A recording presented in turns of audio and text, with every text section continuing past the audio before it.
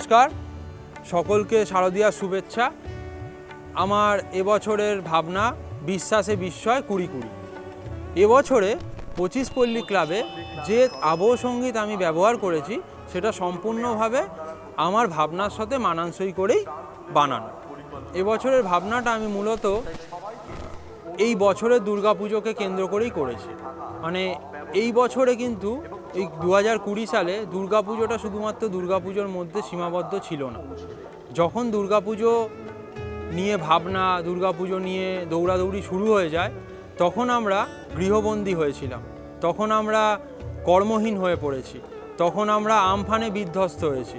তো তখন যারা পুজো করে, উদ্যোক্তা, শিল্পী বা আরও পুজোর সাথে যারা সবাই অঙ্গাঙ্গিভাবে জড়িত, তারা কিন্তু পুজোর কথা না ভেবে তারা সবাই তখন সাধারণ মানুষের পাশে, আমফানে বিধ্বস্ত সুন্দরবনের মানুষের পাশে দাঁড়ানোর সমগ্র পরিকল্পনা করেছে।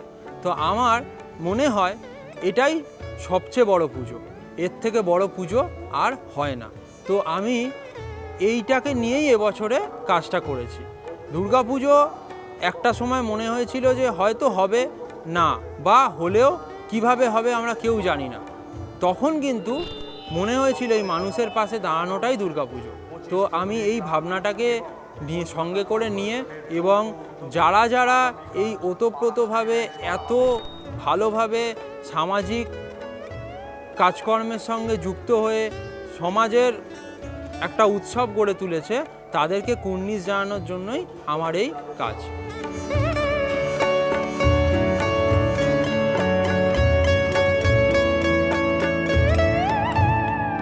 আমি আমার কাজের মধ্যে দিয়ে যেটা দেখাতে চেয়েছি সেটা হচ্ছে, আমি একটা পার্টে পুরোপুরি দেখিয়েছি লকডাউন। আর লকডাউনে আমরা সবাই যেরকম বাক্সবন্দি হয়ে, গৃহবন্দী হয়ে আমাদের বন্দিদশা আমরা যেভাবে কাটিয়েছি, ঠিক সেটাকে। আর অন্য একটা পার্টে আমি দেখিয়েছি বা দেখানোর চেষ্টা করেছি যে যেভাবে কোভিড বা আমফানের সময় আমরা বা প্রত্যেকটা পুজোর সাথে যুক্ত প্রত্যেকটা পাড়া যেভাবে প্রচার করেছে, যেভাবে মানুষের পাশে দাঁড়ানোর জন্য যথাসাধ্য প্রচেষ্টা করেছে বা পদক্ষেপ গ্রহণ করেছে, সেটাকে। এবার আমার একটা পার্টে, আমি যেটা মাঝখানের পার্ট, সেখানে আমি দেখিয়েছি একটা বন্ধন।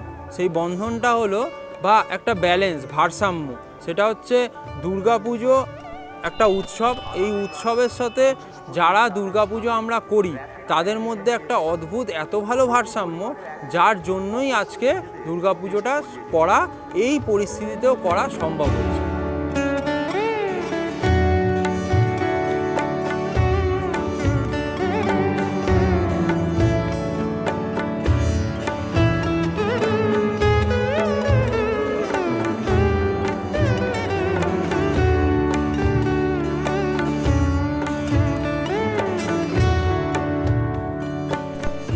সকল এলাকাবাসীকে জানানো হচ্ছে, অযথা বাড়ির বাইরে বেরোবেন না, বাড়িতে থাকুন, সুস্থ থাকুন।